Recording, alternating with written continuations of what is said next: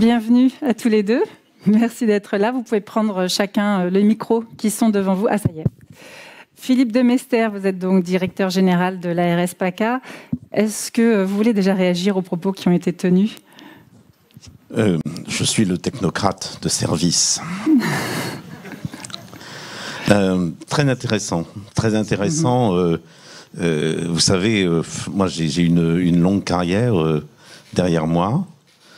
J'ai d'ailleurs passé presque un quart de cette carrière au service de collectivité. Donc voilà, entre déconcentration, décentralisation, difficulté de concilier à la fois les impératifs posés par le pouvoir central et la volonté du terrain, sujet auquel j'ai été souvent confronté dans différentes situations. C'est toujours une équation extrêmement difficile à résoudre. Toujours très difficile à résoudre. On a parlé d'équité territoriale, on a parlé de nécessité de trouver des réponses adaptées qui ne pénalisent pas les uns les autres, qui tiennent compte des réalités locales. Moi, c'est mon obsession, c'est mon karma. Dans ma position de directeur général de l'ARS, en tout cas, j'essaye d'y contribuer. Alors, j'imagine que pendant la crise sanitaire, ça n'a pas été facile tous les jours, on s'en doute. Comment se sont passées les relations avec les maires ? Alors, on a eu différentes phases. C'est-à-dire qu'il y a eu des débuts qui ont été très difficiles pour tout le monde. Très difficiles parce que, d'abord, nous avons eu cette première vague où on était dominé par la peur. On était face à une maladie qu'on ne connaissait pas, dont on ne connaissait pas les effets. On a été amené à prendre des décisions qui étaient extrêmement lourdes, par exemple pour les établissements, qu'ils soient publics ou privés, sur la déprogrammation des activités chirurgicales. Ce sont des décisions qui ont été très, très difficiles à assumer. On s'est aperçu après que certainement elles n'étaient pas adaptées à la situation. On en a tenu compte. Avec le terrain, au départ, relations difficiles. Relations difficiles parce que justement on était dans une phase... Dans le flou. Voilà, un peu dans le flou. On ne disposait pas beaucoup d'outils, que ce soit d'outils numériques pour connaître la réalité de la situation, pour pouvoir donner les informations que nous réclamaient les élus, mais nous ne les avions pas. Ouais. Difficulté parce que nous n'avions pas les outils aussi de prévention. Je ne reviens pas sur l'épisode des masques. Et là, c'est là que ça a été aussi un premier déclic. C'est-à-dire que, en fait, si on a pu surmonter à un moment quand même cette problématique très longue des masques, c'est aussi parce que on a développé une coopération très forte avec les collectivités, avec la région. Renaud Muselier l'a évoqué tout à l'heure, avec les départements. Et grâce à ça, on a pu apporter une réponse. Ça a été difficile, on a surmonté. Et puis après, il y a eu d'autres étapes. On a eu la deuxième, la troisième, maintenant la quatrième vague. Et à chaque fois, on a avancé, on a progressé. Moi, je voudrais parler de la façon dont on a pu développer la vaccination. Tout à fait, là, la collaboration est on a fait efficace. Un travail formidable. On a fait un travail formidable dont on n'a absolument pas à rougir. Si les débuts ont été lents, ça n'est pas du tout du fait de l'impéritie, comme tout le monde le répète un peu bêtement, pas du tout du fait de l'impéritie de l'administration. C'est parce que nous avions un outil industriel qui ne nous alimentait pas en vaccins. Et chaque fois qu'on avait des vaccins, on les mettait en œuvre. Mais c'est arrivé. Bon, maintenant, on n'a plus ce problème. Maintenant, l'industrie pharmaceutique produit des vaccins à gogo, donc ça va. Mais on a quand même ces difficultés. Et là, on a eu un élan formidable des collectivités. Au niveau des maires, chaque fois qu'on a demandé à un maire d'ouvrir un centre de vaccination, c'est parti, mais sur les chapeaux de roue. La région a mis en place des dispositifs. Le Vaccinobus, on en a parlé, nous a aidés pour les centres de santé, les gros centres de vaccination, les départements. Vraiment, ça a été un élan formidable. Si c'était à refaire, est-ce qu'il y a des choses pour lesquelles vous y reprendriez autrement ? Oui, forcément, maintenant qu'on a le recul et qu'on connaît mieux les choses, bien entendu, on pourrait faire plein de choses beaucoup mieux, avec plus d'anticipation. Bon, on a des moyens limités aussi, donc gérer une crise, vous savez, par exemple sur les masques. Bon, Il a fallu que nous, on se mette à distribuer et à organiser la distribution. C'est pas du tout notre métier. L'ARS, personne, il n'y a pas de logisticien à l'ARS. Donc il a fallu, et ça, on s'est beaucoup d'ailleurs appuyé sur les pharmaciens de notre équipe, qui ont un sens de l'organisation tout à fait remarquable, et donc qui se sont transformés en logisticiens. Bon, maintenant, on sait, je pense qu'à l'avenir, il faudra qu'on tienne compte. Pour savoir gérer une crise, on sait mieux maintenant de cette ampleur et de cette durée, ce dont on a besoin aussi au sein de nos équipes. On accuse souvent les ARS, comme la plupart des administrations d'ailleurs, d'une certaine lenteur, de lourdeur. Comment faire pour gagner en agilité, justement, pour que ce soit plus efficace sur le terrain? Comment ça travaille une ARS? Je ne sais pas si... bon, vous savez, nous, on a été le bouc émissaire. Le bouc émissaire. Donc, on a tapé sur les ARS parce que c'était commode. Là aussi, c'était un réflexe de peur, certainement. Donc, on était le truchement aisé. Je ne pense pas, nous, en tout cas en PACA, je ne pense pas qu'on puisse nous faire un procès de lourdeur et de lenteur. On est toujours obligé de concilier aussi le temps des décisions, et beaucoup de décisions sont prises au niveau central en ce qui concerne la gestion de cette crise, et l'attente locale. Donc c'est vrai que face à une montée quelquefois très brutale, très violente de cette épidémie, on aurait peut-être parfois souhaité pouvoir agir plus vite. Il nous manquait du cadre. Ça n'a pas empêché que quelquefois on anticipe un peu sur des décisions. Alors justement, pour l'avenir, comment vous comptez gagner en agilité sur les territoires si une autre pandémie arrivait, par exemple? Je pense très sincèrement, et ça peut être en écho à ce qui a pu être dit dans la table ronde précédente, qu'il faut que la notion de déconcentration et de décentralisation soit pleinement mise en œuvre. Ça, je pense que c'est quelque chose d'important. Mais vous savez, moi, j'ai un passé, j'ai une carrière préfectorale. Ça fait des années que je l'appelle de mes voeux, ce souhait. Mais vous savez bien que nous sommes en France et que le tropisme central est toujours très très fort. Michel Amiel, une réaction sur cette agilité des ARS, vous l'avez vécu? Oui, alors, on a l'habitude... Alors déjà, à propos de la crise Covid, soyons clairs, moi je suis pas là pour tirer sur l'ambulance, à savoir sur l'ARS. Voilà. L'ARS a fait sans doute tout ce qu'elle a pu, enfin je parle de l'ARS PACA, c'est le que je connais forcément le mieux, pour gérer la crise. Cette crise, personne ne s'y attendait. Il faut dire la vérité. Quand il y a eu... Alors, dans la crise, ça a été la crise des masques. Ça a été quelque chose d'ubuesque. Enfin, je me rappelle, nous, c'était la course à l'échalote pour avoir des masques. On avait des couturières qui sur la commune, tricotaient pratiquement des masques. Ça a été quelque chose d'assez extraordinaire. Donc, on ne s'y attendait pas. Comme vous l'avez dit, nous n'étions personne n'était prêt. Et je pense quand même que sur la gestion des crises sanitaires, il y aura avant et après le Covid. Ça, pour moi, ça fait pas l'ombre d'un doute. L'agilité. Alors, plutôt que de parler d'agilité de l'ARS, je préfère parler d'agilité des élus locaux. Je pense que les choses marchent avec un État fort et des collectivités locales agiles. L'État fort, c'est un État qui aurait des moyens. Soyons clairs, aujourd'hui, on parle d'offres de soins, on ne parle pas de besoins. C'est-à-dire que l'ARS, bien sûr, qui est l'État, fait avec les moyens qu'elle a. Je suis arrivé à la fin de la table ronde précédente, j'ai entendu beaucoup de choses intéressantes, en particulier quand on entend le gros mot de Ondam, tout le monde réagit. Objectif national des dépenses d'assurance maladie, on sait qu'entre l'ONDAM tel qu'il est accordé, et j'ai été 6 ans sénateur aux affaires sociales, donc j'ai participé activement à ces commissions, et puis l'ONDAM tendanciel, on est pratiquement du quitte ou double. Et on en revient donc à la notion d'offre et de besoin. En termes de collectivité, il y a quelque chose de très nouveau. C'est que, en particulier depuis la crise Covid, la santé s'est invitée chez les politiques. Alors, il y a toujours eu une politique de santé, mais maintenant c'est au niveau local. Au niveau des régions, on l'a vu avec Renaud, au niveau des départements, le département des Bouches-du-Rhône a été très réactif, en particulier en matière de vaccination et autres, mais aussi au niveau des maires et même des petites et des moyennes communes. Parce que, pour reprendre l'expression qu'employait tout à l'heure Xavier Bertrand, c'est vrai que le maire est toujours à portée d'une engueulade. Si les choses ne sont pas assez réactives, s'il n'y a pas de masque, si les vaccins, ça va pas assez vite, on ne va pas aller engueuler le directeur de l'ARS.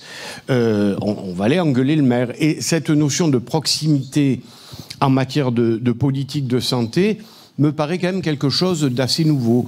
Avant, on gérait la politique de santé, mais à un autre niveau, au niveau du Parlement. Bon, ben, c'est quand même une compétence régalienne de l'État. Puis, il y a un point qui me paraît aussi important, et c'est apparu dans la table ronde précédente, c'est certaines dichotomies entre public, privé, hôpital et ville, prévention et médecine curative. Et ces choses-là me paraissent très très importantes aussi. Alors, au niveau de la culture, il y a un choc de 3 cultures, politique, médicale et administrative. C'est vrai qu'on reproche souvent aux ARS, mais est-ce que c'est vraiment aux ARS de porter le chapeau, cette notion de technocratie?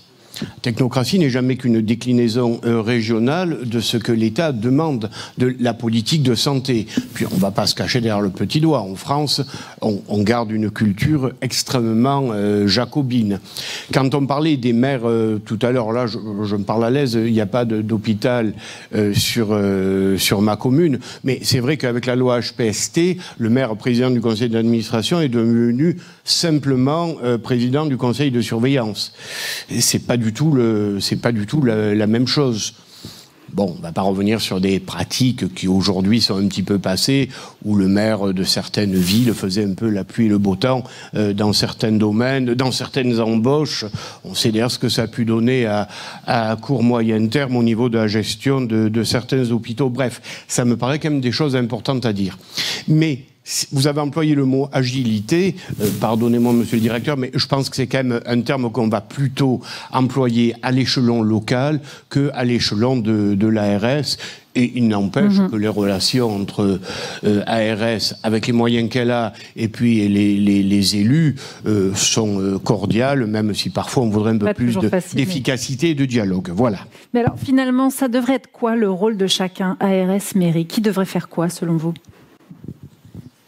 Ça, c'est un vrai problème. Est-ce qu'il faut tout restructurer, comme cela a été dit dans la table ronde précédente? Est-ce qu'il faut une régionalisation, une territorialisation de la politique de santé? Je vous avoue que sur ce plan, à titre personnel, mon opinion est assez mitigée. Le risque est en effet de creuser des inégalités territoriales qui sont aujourd'hui très fortes. Moi, il y a un domaine qui m'est particulièrement cher, c'est le domaine, et ça a été dit par Xavier Bertrand, de la santé mentale. Enfin, je suis désolé, la psychiatrie est un domaine qui est complètement sinistré aujourd'hui en France, et plus particulièrement la pédopsychiatrie. Alors peut-être que c'est parce que j'ai fait un rapport sur la pédopsychiatrie au niveau national, que j'avais remis à l'époque à la ministre, qui l'avait accueilli avec beaucoup de bienveillance. Mais enfin bref, rien n'a changé. On ne peut pas non plus obliger les jeunes médecins à s'engager dans cette carrière. Et là, on va se poser une autre question. C'est la médecine libérale, la liberté d'installation. Et ça, c'est un débat qui aujourd'hui continue.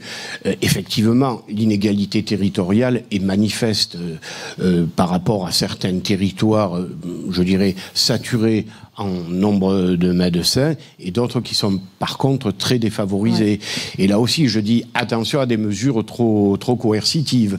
Les mesures incitatives, je ne suis pas certain, là je me tourne plutôt avec le directeur de l'ARS, qu'elles aient été véritablement efficaces, ne serait-ce que parce que les jeunes médecins, tout simplement, ne les connaissaient pas. Il y avait un vrai problème d'information en la matière.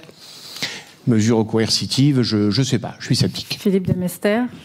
Alors, sur la question, donc, quel rôle attendre du maire? Bon, c'est un sujet. Alors, si vous voulez, il faut voir, il y a quand même différents niveaux d'approche. En ce qui concerne effectivement la présence médicale et paramédicale sur une commune, je pense que le maire a un rôle évident à jouer en partenariat avec tout, pour favoriser l'installation, pour renouveler.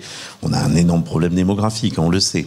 Donc ça, bien sûr, il y a une coopération. Ensuite, sur l'organisation sanitaire d'une façon plus générale, donc l'articulation entre les soins de proximité, les soins lourds, les soins de recours, bon, forcément, il faut avoir une approche qui est à un niveau un peu plus élevé, départemental, régional, c'est évident. Bon, ça, on l'a, ça fonctionne bien et personne ne le conteste. Donc on a ce devoir d'organisation et la crise sanitaire qu'on a traversée l'a montré, et je pense que là-dessus on n'a vraiment pas à rougir, nous à ARS, de ce qu'on nous a fait sur la coordination et la bonne organisation territoriale des soins pour faire face à la crise.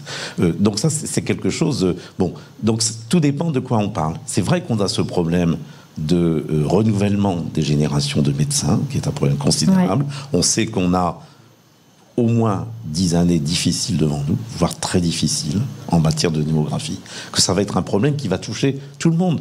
L'hospitalisation publique, l'hospitalisation privée, la médecine de ville, c'est évident. Et donc, il faut qu'on trouve des réponses. Donc, on est en train d'y travailler. Et là-dessus, la coopération qu'on peut avoir, la crise, de certaine façon, va tout changer dans la façon dont on regarde ces sujets. Va tout changer parce qu'on a cassé quand même beaucoup de cloisons à travers cette crise. Et ça, c'est vraiment quelque chose, un ami, qu'il faut souligner, parce que, je vois le travail qu'on a pu faire pour casser les cloisons entre public et privé, sur la prise en charge continue du malade du Covid. Il ne faut pas remettre ces cloisons, tout est là, surtout. Tout à fait. Et ça, vraiment, et c'est à nous, de toute façon, Xavier Vincent, tout à l'heure l'a clairement évoqué, il faut effectivement que nous fassions preuve de beaucoup de responsabilité à tous les niveaux, du niveau central jusqu'à notre niveau très local, pour éviter de reconstruire ces murs qu'on a réussi à percer. J'ai une question pour vous. Pensez-vous à des partenariats avec des ONG internationaux pour penser l'avenir de la santé ? Les ONG, on travaille beaucoup avec elles sur certains quartiers, sur des quartiers particulièrement difficiles. On a un travail de collaboration, on s'est beaucoup appuyé sur elles pour aller vers la vaccination, le dépistage. On est aussi en partenariat avec elles sur les populations les plus défavorisées, les plus marginales, à longueur d'année, avec des équipes, etc. Plus loin, franchement, je n'ai jamais abordé le sujet sous cet angle-là. J'espère qu'on va trouver des ressources quand même, sans avoir besoin de faire appel à une ONG américaine ou sud-africaine. Et j'ai une autre question. Est-ce vraiment le rôle des ARS de s'occuper de logistique ? Ne vaudrait-il pas mieux s'appuyer sur des services de l'État tels que l'armée ? N'est-ce pas aussi une démonstration que les services de l'État travaillent en silo au détriment de l'efficience ? Alors, on l'a fait. On a travaillé avec l'armée, puisque sur la distribution des masques, l'armée nous a apporté une contribution tout à fait déterminante. Les services du ministère de l'Intérieur aussi, puisqu'on a utilisé, par exemple, ici la plateforme donc du ministère de l'Intérieur, la plateforme qui est destinée aux équipements de la police pour stocker, distribuer, organiser la distribution des masques, y compris d'ailleurs ceux qu'on a bien voulu acheter pour nous. Et donc, encore un immense merci, notamment à la région. On l'a utilisé. Alors, bien sûr que non, c'est pas notre métier. Là, on l'a fait contraint et forcé, parce qu'il fallait qu'on le fasse. On est allé chercher des millions de masques partout où ils étaient, où ils dormaient, dans les greniers, dans les placards, etc. On a fait un travail. Notre agence a été remplie de cartons du sol au plafond de masques qu'on distribuait, et on s'est appuyé pour ça, bien sûr, sur toutes des chaînes logistiques qu'il a fallu mettre en œuvre. On a utilisé le public, le privé, on a fait tout ce qu'on a pu. Mais bien sûr que non, ça n'est pas notre métier. C'est pas pour ça qu'on a été fait. Mais on l'a fait parce que nécessité s'imposait, mais je pense qu'on l'a pas si mal fait que ça. Lamine ? Sur les masques, effectivement, mais j'ai un regret de l'époque parce que les masques étaient distribués dans les GHT publics. C'était les hôpitaux qui étaient destinataires des masques et on devait aller, nous, chercher les masques dans les hôpitaux. Et c'est vrai, quand on voit les grossistes répartiteurs dans les pharmacies, ils sont capables de livrer une boîte de Doliprane parmi les 20 000 pharmacies du territoire. Donc là, il y a eu un loupé. Sur les ARS, moi, je garde un souvenir extraordinaire, c'est que on a appris, comme vous dites, à se connaître. On a appris à travailler ensemble et pour une fois, on a eu l'impression, même si c'est pas le cas, d'être important et de rejouer un réel service auprès de la population et d'être sollicité, considéré. Et vraiment, moi, je garde ce souvenir-là, c'est de dire, voilà, on existe. on existe. C'était pas le cas avant, on était toléré, parce que même si 65% de la chirurgie se fait dans le secteur privé, on était toléré. Même si nous sommes efficients en soins de suite, en psychiatrie, vous disiez c'est une grande difficulté nationale, mais nous sommes présents sur les territoires. Et on a existé. Donc moi j'ai défendu la position des ARS, vous le savez, et j'ai fait en sorte que l'on fasse, qu'on bannisse toutes les cloisons qu'il y avait, et toutes les réunions qu'il y avait chaque jour sur les lits de réanimation notamment, a été un grand moment. Et là où vous avez été extraordinaire, l'administration, parce qu'on la critique, mais en 3 jours, vous avez été capable de nous donner des autorisations dérogatoires de réanimation. En 3 jours. Il faut 10 ans d'habitude pour avoir un non. Merci beaucoup. Il y a beaucoup de questions, mais malheureusement, il faut qu'on s'arrête là. Merci à tous les deux. Il est temps de marquer une pause. Vous avez à peu près 20 minutes. Je vous attends ici à 11h20 pile. Merci beaucoup.